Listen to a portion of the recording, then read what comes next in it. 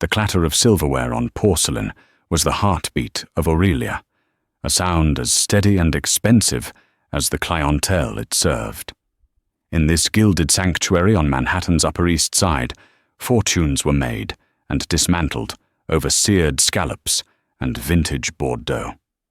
And for Clara Hayes, a 20-year-old art history student with eyes the color of faded denim and a spirit too bright for the starched black uniform she wore, it was a battlefield. Every night, she navigated the treacherous terrain of entitlement and expectation, her tips a meager tribute to the gods of finance and society who dined at her tables. Tonight, however, the gods were in a particularly foul mood. At table 7, the most coveted booth in the house, sat Eleanor Vance, a woman whose name was etched onto the city's most prestigious museum wings and charity boards.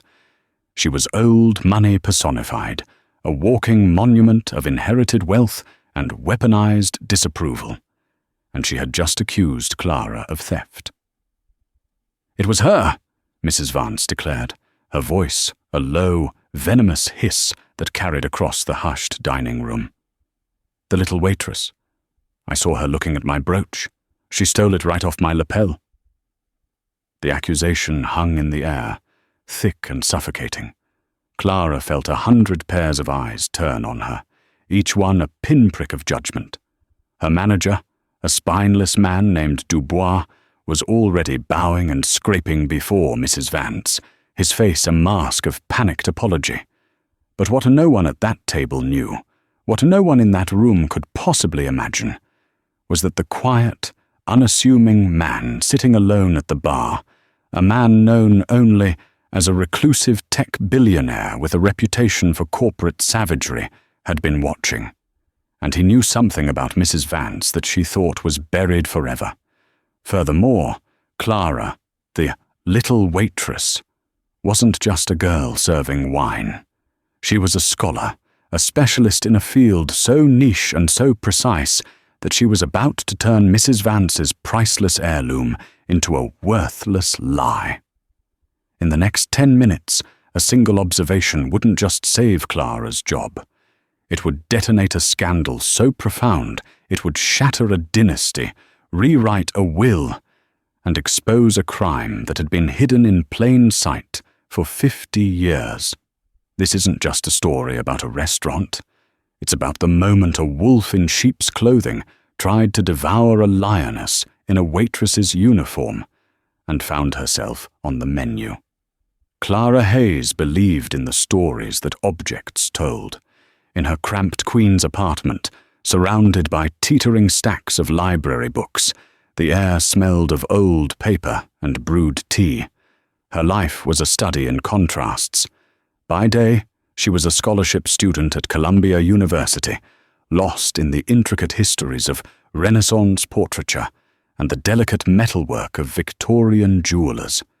She could spend hours tracing the lineage of a single pearl earring in a Holbein painting or deciphering the maker's mark on a tarnished silver locket. Her professors spoke of her with a quiet awe. She had a curator's eye, a rare gift for seeing not just the object, but the life it had lived. By night, she donned the somber uniform of Aurelia and entered a world where the value of an object was measured not by its history, but by its price tag.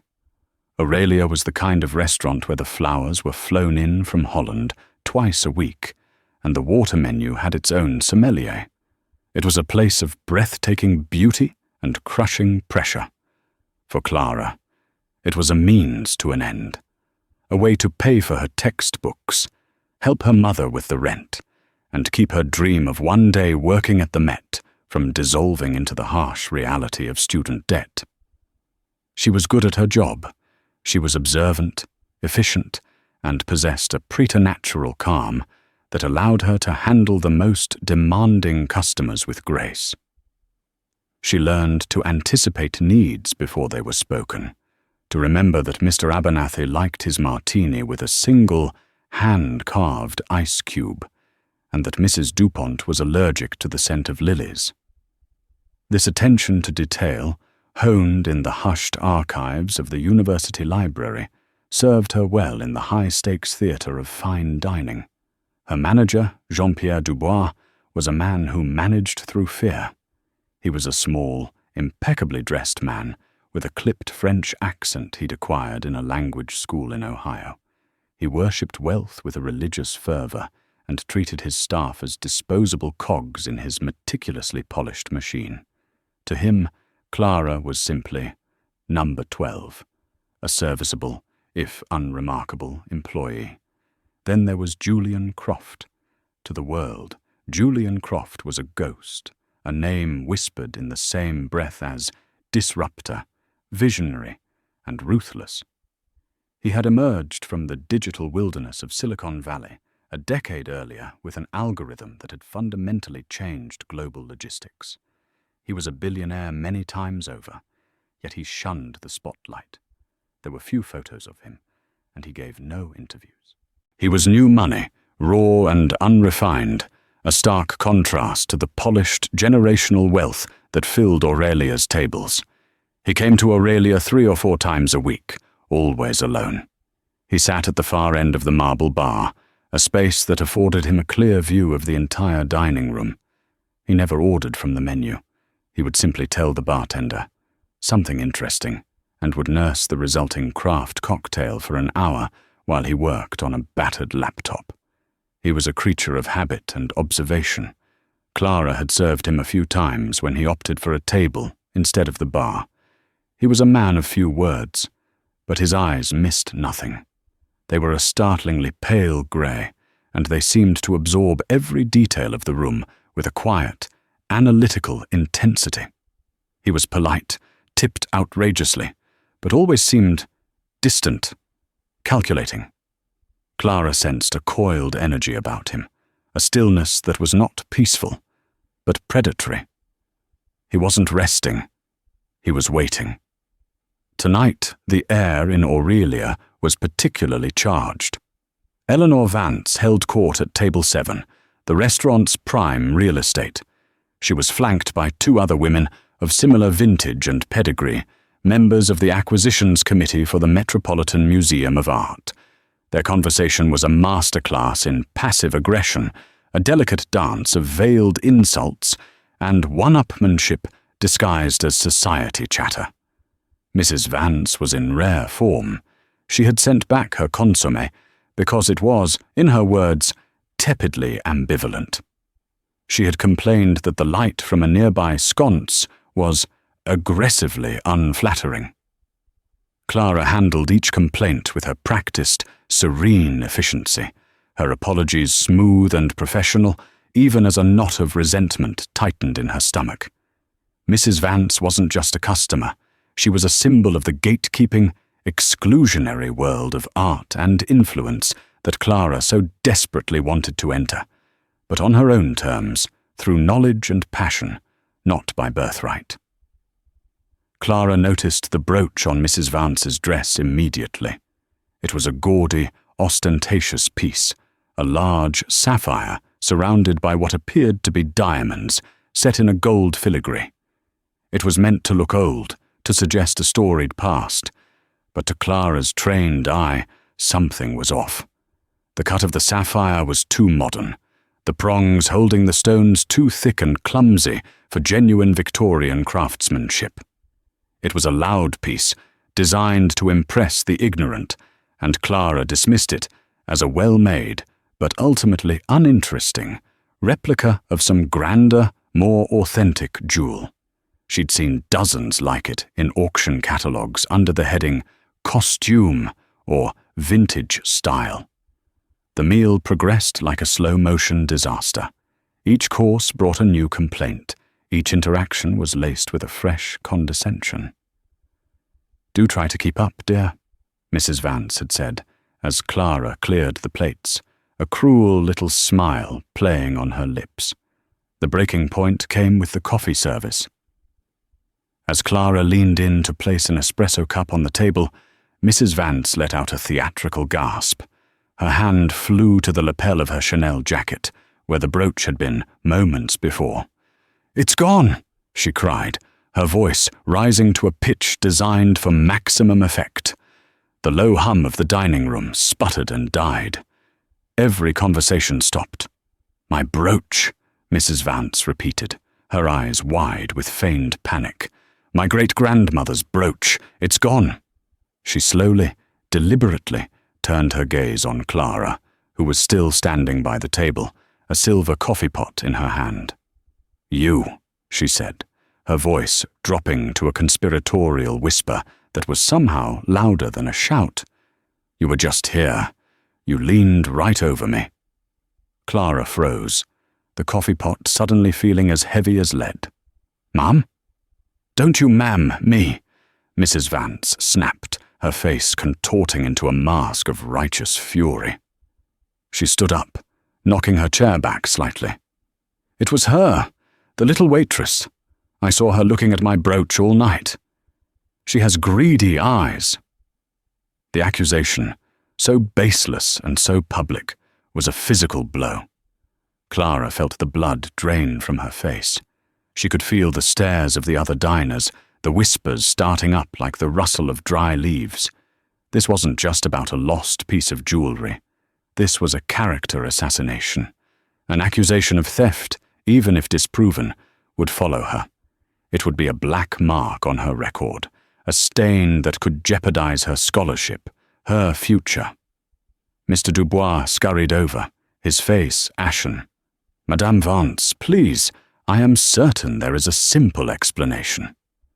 "The explanation is standing right there holding a coffee pot." Mrs. Vance pointed a trembling, diamond-encrusted finger at Clara. It was a priceless family heirloom, a Victorian masterpiece. "I want her searched. I want the police called. Now!" Dubois turned on Clara, his panic morphing into a desperate need to appease his wealthiest client. "Clara, what did you do? Did you see anything? You must have seen something." I didn't do anything," Clara stammered, her voice barely a whisper. "I didn't touch her brooch. I just served the coffee." "She's lying," Mrs. Vance insisted. "Look at her. She's pale as a ghost. That's guilt." Dubois grabbed Clara's arm, his fingers digging into her bicep. "We will go to my office. We will empty your pockets. We will get to the bottom of this." "No," Clara said, finding a sliver of her voice. "I won't be searched. I'm not a thief." "Then you leave me no choice," Dubois said, his voice cold. "I am calling the NYPD. An accusation has been made by one of the city's most respected patrons. We must take it seriously." Tears of humiliation and rage pricked at Clara's eyes. She saw her life unraveling before her. The years of hard work, the late nights studying, the sacrifices her mother had made, all of it was about to be destroyed by the casual cruelty of a woman who wouldn't know a real Victorian masterpiece if it was set on her dinner plate. The dining room was a tomb of silent judgment. The other patrons watched with a morbid curiosity, their dinners forgotten. The two women at Mrs. Vance's table looked deeply uncomfortable but said nothing, unwilling to cross their powerful friend. And at the bar, Julian Croft slowly closed his laptop. He took a final sip of his drink, placed a $100 bill on the counter, and began to walk toward table 7. He moved with a quiet, deliberate purpose, and as he approached, the suffocating silence in the room seemed to deepen, charged with a new and unpredictable energy. The predator had finished waiting. It was time to hunt. Julian Croft's arrival at table 7 was not a dramatic entrance. He simply appeared, a quiet void in the storm of Eleanor Vance's making. He didn't look at Clara or the sputtering manager. His pale grey eyes were fixed solely on Mrs. Vance. "Eleanor," he said. His voice was calm, almost conversational, yet it cut through the tension like a surgeon's scalpel.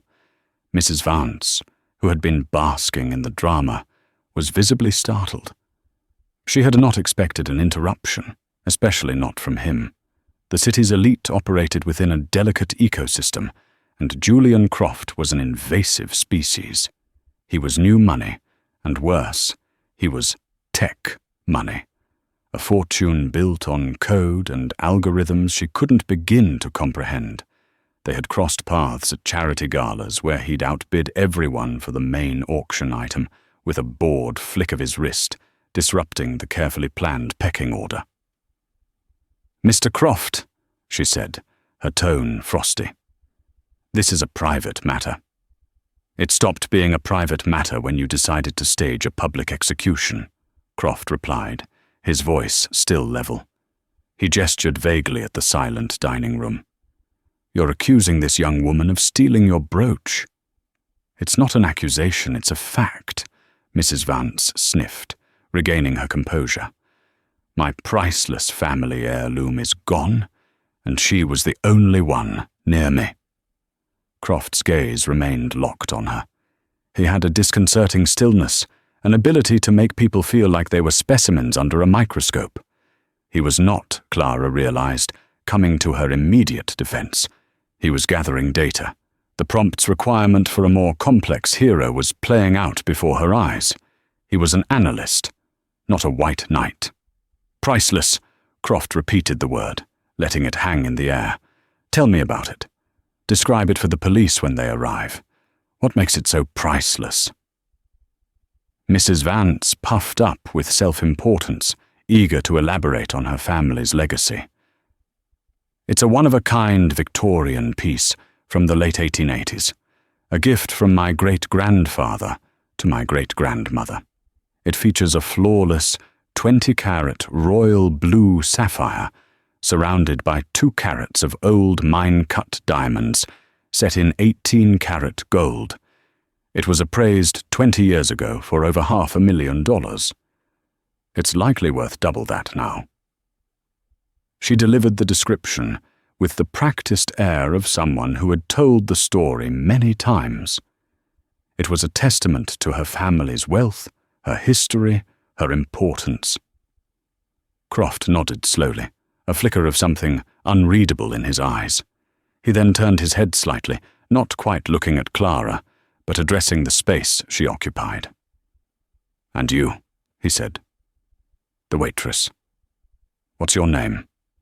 "Clara," she managed to say, her voice trembling slightly. "Clara Hayes." "Clara," he repeated. "You've been standing here this whole time. You heard the description. Did you see a brooch like that on Mrs. Vance tonight?" It was a strange question. He wasn't asking if she stole it. He was asking if she saw it. Dubois looked at Croft as if he were insane. "Of course she saw it. That's the whole point." But Clara understood. He was giving her an opening. He was giving her a platform, not as an accused thief, but as a witness. This was her chance. The years of study, the hours spent poring over books, the passion that was her only real possession, it all coalesced into a single moment of crystalline clarity. The fear receded, replaced by a cold, academic fury. She took a deep breath, and when she spoke, her voice was no longer the timid whisper of a frightened waitress. It was the clear, confident tone of a scholar presenting her thesis. "With all due respect, ma'am," Clara began, her eyes meeting Mrs. Vance's for the first time without flinching. "I did see the brooch you were wearing tonight, but the piece you were wearing was not the piece you just described." A confused murmur rippled through the onlookers.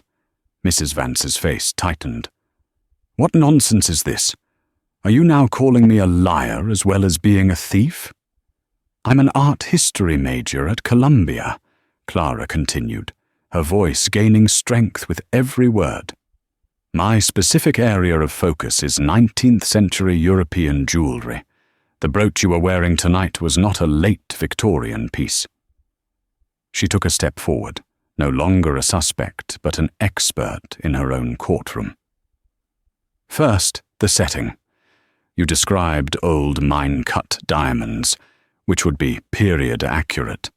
But the stones in your brooch were modern, brilliant cuts, a style not perfected until the early 20th century. Second, the metalwork. The filigree on your piece was too uniform, too perfect. It suggests modern casting techniques, not the delicate, slightly irregular handiwork of a Victorian artisan. And third, the sapphire. Here, Clara paused, letting the weight of her impending conclusion settle over the room. A 20-carat, flawless royal blue sapphire from that era would be one of the most famous gemstones in the world. It would have a name, a documented provenance. It would be in a museum, not pinned to a jacket at a dinner party. The stone in your brooch, while pretty, had the characteristic synthetic sheen of a flame fusion Verneuil sapphire, a process invented in the early 1900s and perfected for mass production in the 1960s. She delivered the final blow with surgical precision. The piece you were wearing is a well-known design. It's called the Founder's Locket Brooch. It was commissioned in 1985 by the Metropolitan Museum of Art to commemorate the 100th anniversary of the Vance family's first major donation. They were sold in the museum gift shop for $300.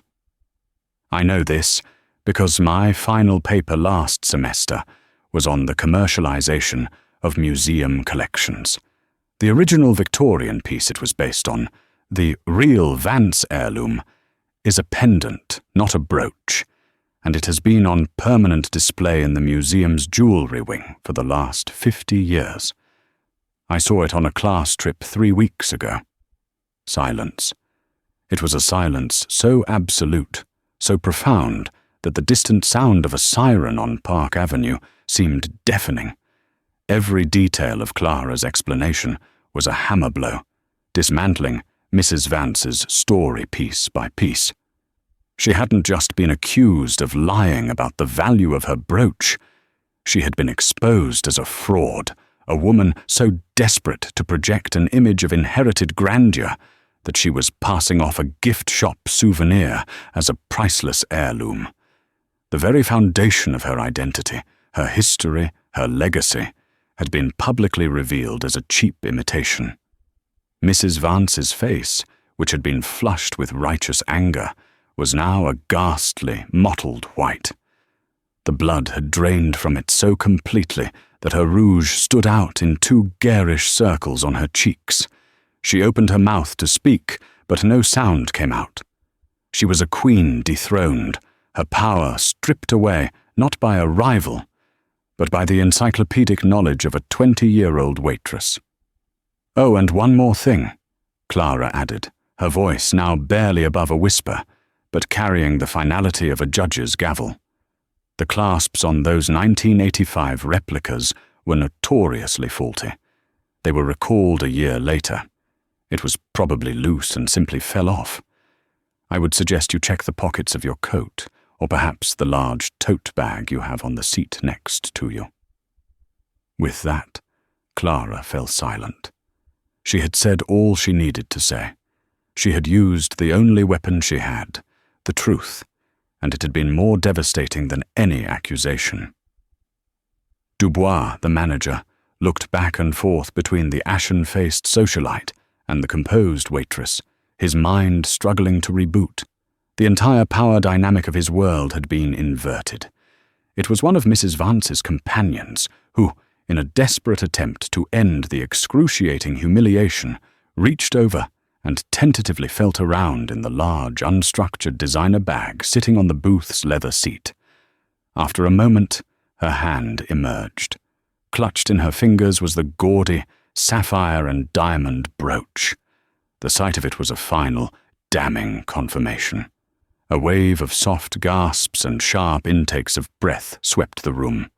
The brooch wasn't just found, it was found exactly where and how the waitress had predicted.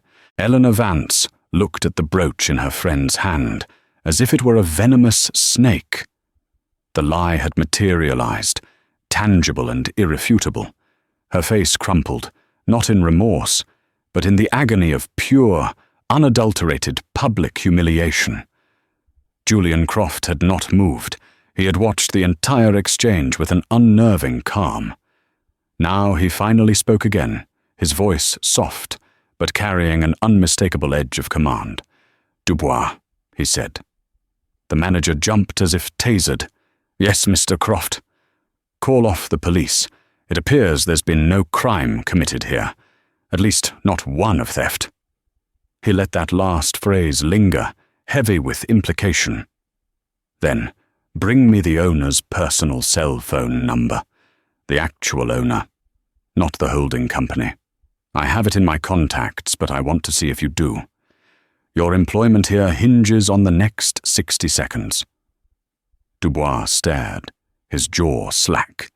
He was a deer caught not just in headlights, but in the path of an oncoming freight train. The aftermath in Aurelia was swift and brutal, a corporate amputation performed without anesthetic. While a terrified Mr. Dubois fumbled for his phone, Julian Croft turned his attention back to the wreckage of Table 7. Eleanor Vance's companions were trying to hustle her out, their faces burning with second-hand shame. "Leaving so soon, Eleanor?" Croft asked, his voice laced with a cold amusement. "You haven't paid your bill." The petty, final humiliation was the breaking point. Mrs. Vance let out a choked sob, threw a crumpled wad of cash onto the table, and fled the restaurant, a great ship of society scuttled by a single, well-aimed torpedo of truth. Dubois finally returned, phone in hand, his face the color of spoiled milk. "Mr. Ross's number, sir." Croft glanced at the screen and nodded. "Good. Now watch." He dialed his own phone, and a moment later, a gruff, Italian-accented voice answered. "Julian, what, you need a reservation on a Tuesday? You know you have a permanent table." "Enzo," Croft said, his voice casual, "I'm at your restaurant, and I've just witnessed your manager, a Mr. Dubois, attempt to have an innocent employee arrested to appease a customer who was, to put it mildly, lying through her teeth. He threatened her, he grabbed her, and he created a scene that has half of your patrons updating their social media status as we speak." There was a pause on the other end of the line, followed by a string of furious-sounding Italian. Then Enzo's voice came back, cold as ice. "Put the manager on the phone." Croft handed his phone to Dubois. The manager took it as if it were a live grenade. "Hello? Mr. Rossi?" He listened for no more than 15 seconds, his face going through a rapid series of emotions: shock, disbelief, pleading, and finally, utter defeat. He handed the phone back to Croft, his hand trembling. "Pack your things. You're done," Croft said, not unkindly. "Enzo wants you out of his restaurant in 5 minutes." He then turned to the nearest captain. "You're in charge until Enzo gets here. Comp everyone's meal tonight. Full bottle service for every table. Tell them it's on the house for the inconvenience and the floor show. And get Clara a glass of water and a chair. Now." The staff, who had been watching from the sidelines with a mixture of terror and awe, sprang into action with a newfound, fervent energy. The captain, a seasoned veteran named Miguel, personally escorted Clara to a quiet table in the corner, treating her with the reverence usually reserved for visiting royalty. The restaurant, which had been silent moments before, erupted into a low buzz of conversation. The tension had broken, replaced by the electric thrill of having witnessed something truly extraordinary. Patrons were looking at Clara with respect, at the empty table 7 with disdain, and at Julian Croft with a healthy dose of fear. Croft walked over to where Clara was sitting. She was sipping her water, her hands still shaking slightly. The adrenaline was beginning to fade, leaving behind a profound exhaustion. "Are you all right?" he asked. His voice was softer now, the predatory edge gone. "I think so," she said. "Thank you. You didn't have to do that." "Yes, I did," he said, pulling up a chair and sitting opposite her. "Let's call it a vested interest." He leaned forward slightly. I don't like bullies. And I especially don't like Eleanor Vance. She was the head of the board that rejected my bid to fund a new technology wing for the Met. Said my money was uncultured. She prefers her donors to come with a pedigree stretching back to the Mayflower. This, then, was the deeper motivation the prompt required. It wasn't just abstract justice. It was personal. He saw in Eleanor a symbol of the old guard establishment that had tried to block his own ascent. But that's not the main reason, he continued, his grey eyes studying her with genuine curiosity. What you did back there, that was remarkable. You didn't just defend yourself. You dissected her. You used knowledge as a weapon. Where did that come from? I told you, Clara said, a faint blush rising to her cheeks. I'm a student. You're more than a student, Croft countered. You're a natural. You have the silence that descended in Julian Croft's wake was a different species from the one that had followed Eleanor Vance's accusation. The first had been a vacuum, thick with judgment and morbid curiosity. This new silence was a presence, a heavy blanket of astonishment and readjustment. The very air in Aurelia seemed to be recalibrating, the atoms of its gilded reality rearranging themselves around a new center of gravity. The girl in the black uniform, sitting alone at a corner table, holding a small, impossibly heavy piece of cardstock. Clara did not move for a long time. She heard, as if from a great distance, the deferential murmurings of the staff, the clinking of glasses as the captain, Miguel, began carrying out Croft's orders for complimentary champagne. The restaurant was coming back to life, but it was a new life, one in which she was no longer an invisible cog. She could feel the glances, no longer judgmental pins, but wide-eyed beams of awe.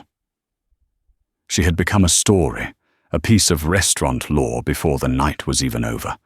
The weight of it was suffocating. She looked down at her hands, which were steady now, resting on the starched white linen. They were her own hands, familiar and yet suddenly foreign. An hour ago, they had been the hands of a waitress, calloused from carrying heavy trays, nicked from polishing cutlery. They were hands that cleared away the remnants of other people's lives. Now they were the hands that had dismantled a dynasty. They had held no weapon, only a coffee pot, but they had been guided by a mind that had proven sharper than any knife. The thought sent a tremor, not of fear, but of terrifying power, through her. The journey home was a dislocation in time and space. The Queens-bound N train was the same rattling, screeching beast it always was, its windows scarred with graffiti, its air thick with the smell of damp wool and fried food. But tonight, Clara felt as though she were encased in glass, observing a world she no longer fully belonged to. The faces of the other passengers, tired, closed off, commuting from one life of necessity to another, were faces that had been hers just this morning. She saw the exhaustion in the slump of a construction worker's shoulders, the anxiety in the way a young woman in scrubs chewed on her thumbnail. She had lived in that world of quiet desperation. Had she just been handed an escape, or a different kind of cage? Her apartment, when she finally let herself in, felt smaller than ever. The teetering stacks of books, once her sanctuary, now seemed like the walls of a self-imposed prison. They were filled with the stories of objects, the histories of kings and queens, the analysis of masterpieces she had only ever seen behind velvet ropes. She had been a scholar of a world she could only observe. Julian Croft was offering her a key to the other side of the glass. The thought was so immense, so paradigm-shifting, that her mind refused to grasp it. It was easier to focus on the mundane. She took off her uniform, the symbol of her old life, folded it with meticulous care, and placed it in a bag. She would never wear it again. Sleep did not come. She lay in her narrow bed, the city's perpetual hum a low thrum against her window, and replayed the evening in excruciating detail. She saw Eleanor Vance's face, the mask of entitlement cracking to reveal the brittle panic beneath. She heard her own voice, steady and clear, speaking a truth so potent it had reshaped a room. Where had that person come from? That woman was not the timid student who counted her tips and worried about her mother's rent. That woman was a lioness. The realization was both exhilarating and deeply unsettling. If she could become that person in a moment of crisis, who was she the rest of the time? The call from Amelia, Croft's chief of staff, came the next morning. The voice on the phone was exactly as Clara had imagined, crisp, efficient, and utterly devoid of sentiment. There was no congratulations, no acknowledgement of the dramatic circumstances of their introduction. It was an appointment, a time, an address in the meat-packing district. The business of the Croft Foundation, it was clear, did not run on drama. It ran on a Swiss watch precision that Clara found both intimidating and strangely calming. The Foundation's headquarters was a monument to a different kind of wealth from the one that had built Aurelia. There were no gilded mirrors or velvet banquettes. It was a cathedral of glass, brushed steel, and poured concrete. Sunlight streamed through vast floor-to-ceiling windows, illuminating a cavernous, gallery-like space where a single, massive Richard Serra sculpture twisted towards the sky. The air was cool and smelled faintly of ozone and old paper. It was the scent of preserved history, managed with terrifying efficiency. Her interview was not with one person, but with a tribunal. 3 senior curators sat across from her at a ridiculously long, minimalist table in a glass-walled conference room. They were the academic embodiment of the world Eleanor Vance had pretended to rule. There was Dr. Alistair Finch, a man with a mane of white hair and a tweed jacket that had seen better decades, an expert in Renaissance provenance. Dr. Lena Petrova, a severe woman with an encyclopedic knowledge of Byzantine artifacts, and Marcus Cole, a specialist in conservation science whose youthful appearance belied a formidable reputation. They did not, as Croft had warned, seem impressed. They seemed annoyed. Their skepticism was a palpable force in the room. Dr. Finch began, his voice a dry rustle of academic condescension. "Miss Hayes," he started, peering at her thin resume as if it were a distasteful insect. "Mr. Croft has recommended you to us in the strongest possible terms. An unusual situation. He is a man of vision, but his expertise does not, shall we say, extend to the subtleties of historical curation.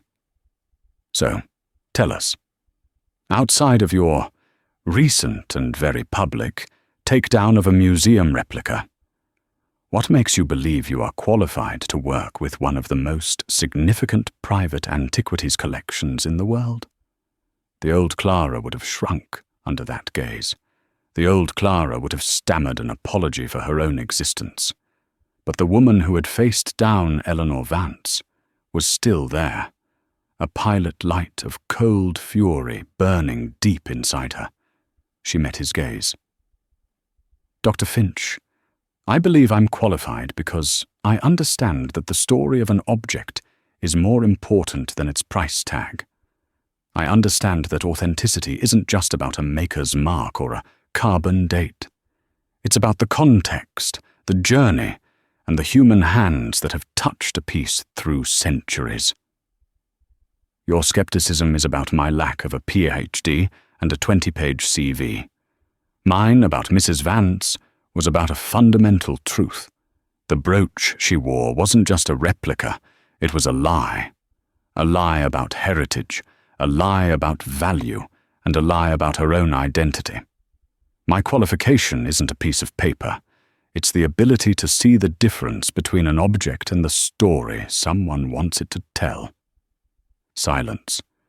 Dr. Petrova leaned forward, a flicker of interest in her sharp eyes. A compelling philosophy. Let's test it. She pushed a tablet across the table. On the screen was a high-resolution image of a small, tarnished silver locket. Frankish, 6th century, found in a dig outside of Reims. Or is it?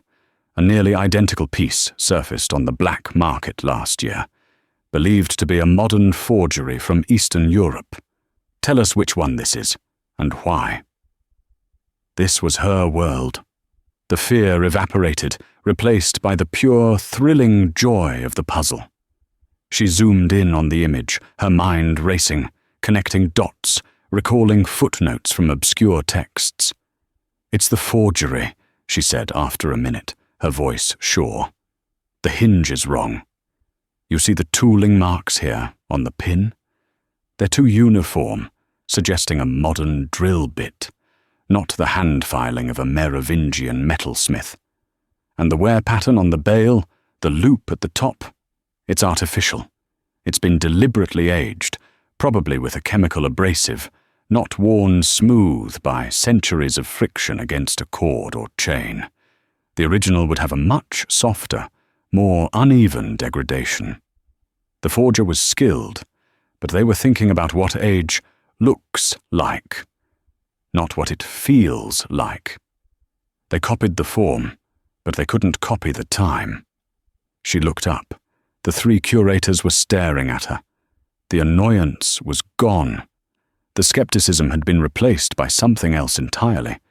It was the look she had seen on her best professors' faces, the quiet, startled recognition of a kindred mind. In that moment, Clara knew she was no longer an imposter. She was home. In a Fifth Avenue apartment overlooking the frozen expanse of Central Park, Eleanor Vance sat in the dark. The only light came from the city below, a distant, indifferent glitter. Her home was a museum in its own right, filled with genuine masterpieces. A small Degas sculpture of a dancer stood on the mantelpiece. A vast, brooding Rothko dominated one wall. These objects, which had once been the armor of her identity, now seemed to mock her. They were real. She was not. The fallout had been catastrophic, a social death by 1,000 cuts. It wasn't the loss of her bored seat at the Met that had broken her. It was the silence, the phone that no longer rang, the invitations that no longer arrived, the way people's eyes would slide past her at the few events she still dared to attend, their faces polite masks that failed to hide their pity and contempt. She had become a ghost in her own life. The story, as it was now told at dinner parties from Park Avenue to Palm Beach, was not about her lie. It was about the waitress, the brilliant, unknown girl who had exposed her with nothing more than a college education. Eleanor had tried to destroy a nobody, and had, in the process, made her a somebody. She had created her own nemesis. The irony was a physical acid in her stomach. She would sometimes take the brooch out of its velvet box, the founder's locket brooch, a $300 piece of gift shop trash. She would hold the cheap cold metal in her hand and try to understand how something so insignificant could have detonated her entire world. It wasn't about the money. She could have bought and sold the entire restaurant, waitress included, without noticing the rounding error in her accounts. It had been about power, the casual, thoughtless power to swat away an inconvenience, to remind a lesser being of her place. She had wanted to see fear in the girl's eyes, to see her crumble. Instead, the girl had looked back at her, and in her faded denim eyes, Eleanor had seen not fear, but a mirror. She had seen her own reflection, stripped bare of its Chanel suit and its family name, and found nothing there.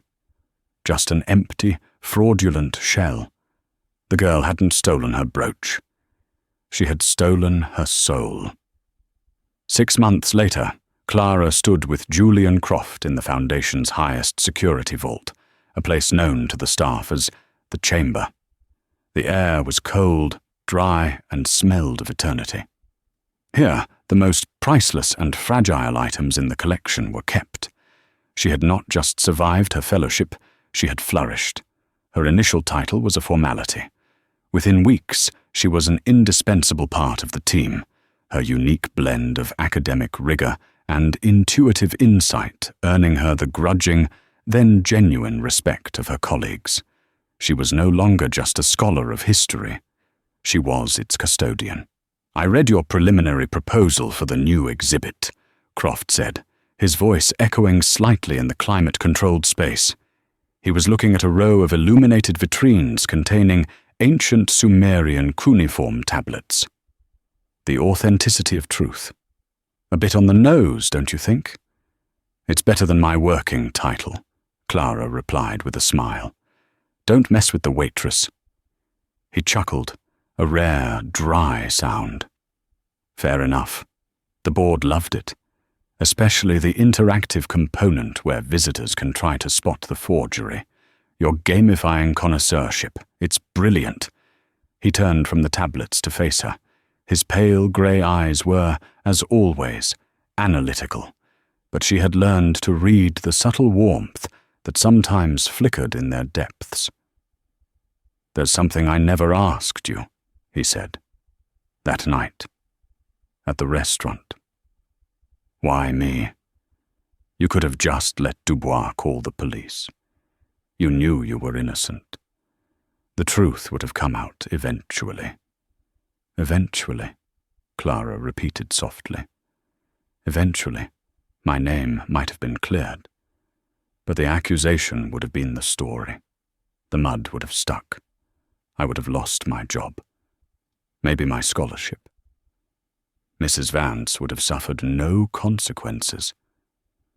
The system is designed to protect people like her and crush people like me. I didn't speak up just to save myself, Julian. I spoke up because I was angry.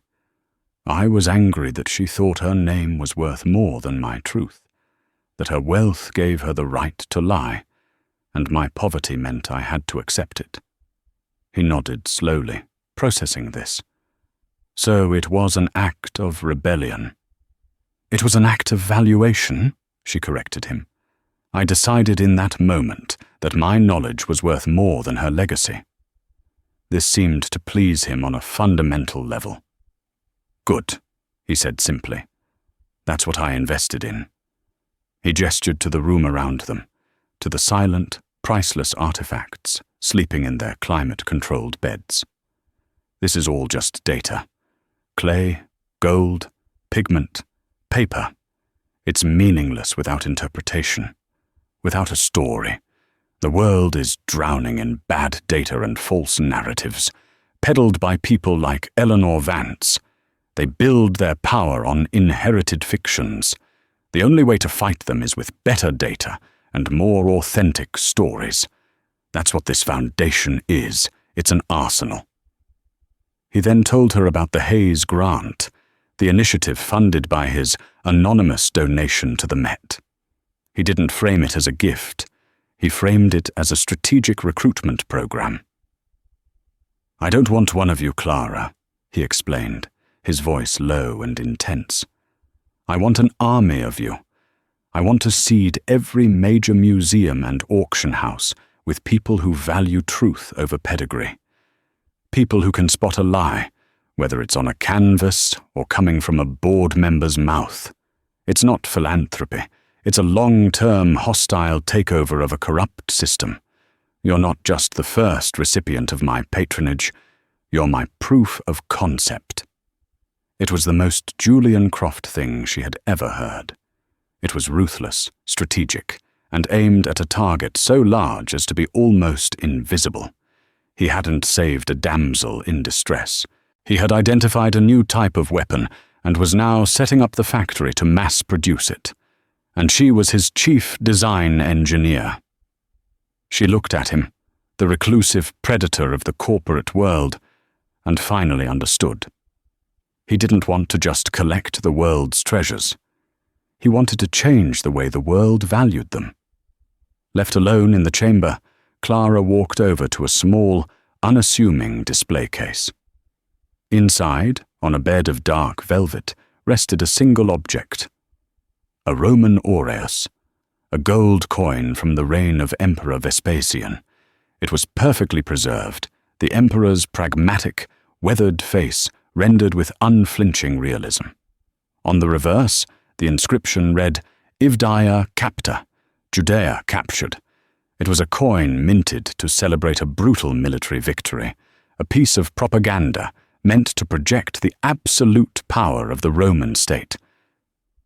She picked it up, her gloved fingers tracing the cold, heavy circle. This coin had been held by a Roman merchant, a soldier, a slave. It had passed through countless hands, a silent witness to the rise and fall of an empire. Its original story was one of power, dominance, and inherited right. But that wasn't the only story it told. It also told a story of survival, of a culture that had endured long after the empire that tried to crush it had turned to dust. The coin's value wasn't in the gold or in the emperor's face.